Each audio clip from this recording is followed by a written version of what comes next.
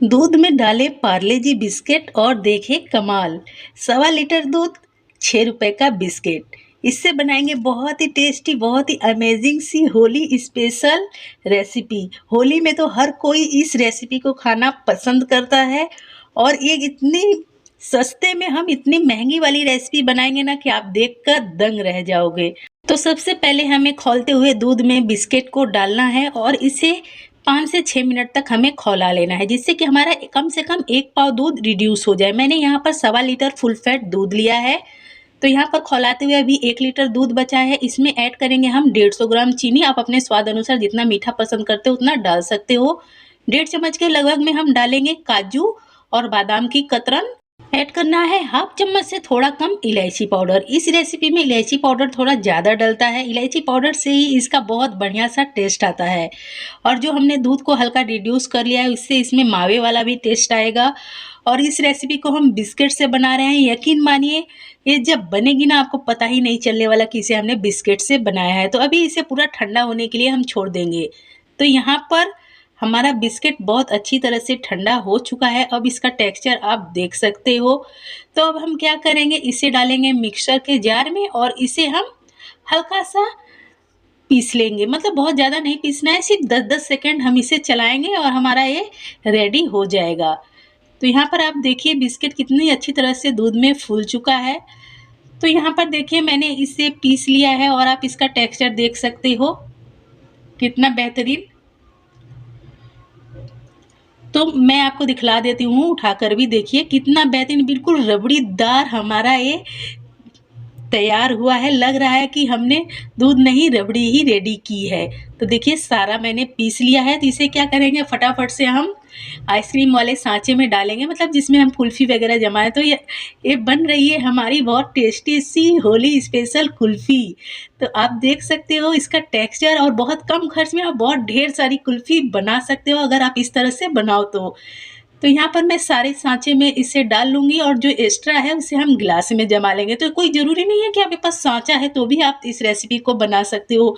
आप इसे गिलास या कोई भी बर्तन में जमा लो, इसकी कटिंग करो और खाओ। बहुत ही मज़ेदार सी ये रेसिपी बनकर तैयार होती है। और होली में तो घर में इतने सारे मेहमान आ जाते हैं, इनके लिए सबके लिए अगर बनाने चलो कितना सारा दूध लाना पड़ेगा। और इस तरह से आप बनाओगे ना तो मेहमान भी पहचान नहीं पाएंगे कि इसे आपने बिस्किट से बनाया है। तो यहाँ पर जो बाकी की काजू और बादाम की कतरन थी उसे ऊपर से डाल देंगे और इसे हम कवर करेंगे। तो यहाँ पर अभी 1.5 चम्मच मैंने काजू बादाम की और कतरन का यूज किया है। और बहुत ही मानिए, यकीन मानिए इतनी टेस्टी ये बनती है ना, आप एक बार ज़रूर बनाकर ट्राई कीजिएगा। तो यहाँ पर देखिए मैंने कुल्फ़ी वाले में सारे में स्टिक लगा दिया है और ग्लास वाला है तो इसे मैंने प्लास्टिक से कवर कर दिया है। इसे कवर करना ज़रूरी है। तो यहाँ पर 8 घंटे लगे थे और मेरी ये कुल्फ़ी बनकर तैयार हो गई है। तो आपके फ्रिज पर डिपेंड करेगा आपका फ्रिज कैसा है। कोई फ्रिज होता है कि 6 घंटे में ही जमा देता है, कोई 10 घंटा भी लगा देता है। तो मेरी ये 8 घंटे में रेडी हो चुकी है। तो इसे हम हाथों से ही रगड़ कर हीट करेंगे। अगर हाथों से नहीं करना है तो सिर्फ एक बार आप इसे पानी में डालिए और निकाल दीजिए। बाहर का इसका जो स्तर है ना, बाहर से हल्का गर्म हो जाएगा तो ये अपने आप कुल्फ़ी को छोड़ देगा। देखिए कितनी आसानी से निकल गया ग्लास से बाहर। और इसकी हम कटिंग कर लेते हैं। देखिए कितनी मलाईदार हमारी ये कुल्फ़ी बनी है और काटने में भी बिल्कुल सॉफ्ट। ये नहीं लगेगी कि आप पानी खा रहे हो, जैसे पानी जैसा, बर्फ़ जैसा, बिल्कुल भी नहीं। बहुत ही प्यारी सी हमारी ये कुल्फ़ी बनती है।